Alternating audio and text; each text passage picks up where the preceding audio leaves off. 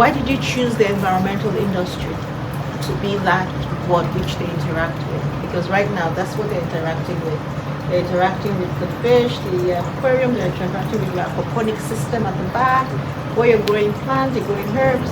There you have the turtle, so you have different things all connected to the environment. Why did you pick that as a way, I think that to learn? the natural environment is Teach. what, yes.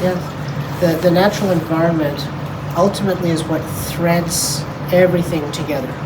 Our existence, our food, our sustenance, our habits, our interactions with one another, everything is tied in some way, shape, or form to the environment. Everything that we call resources, even human resources, humans are just animals. These resources, this is our food, this is our air, this is our water, these are the things we consume, but we need. And we need to maintain them. We can't keep polluting and damaging these things. We need to be able to have an environment that we can have a relationship with that continues to sustain us, but we have to sustain it.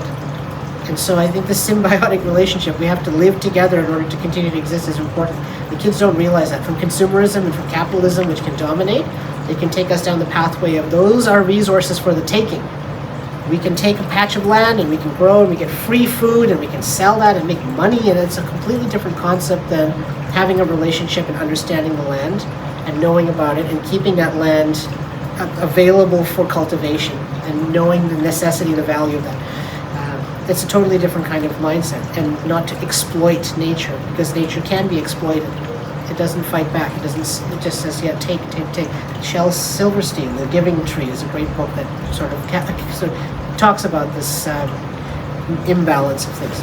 So that's why we want to embed that in everything. So whatever industry you decide to go into in the future, whatever your future job or career is, the students should have a sense of the value and importance of the natural environment, so that they continue to center that in whatever their practice ends up being down the road. That's why.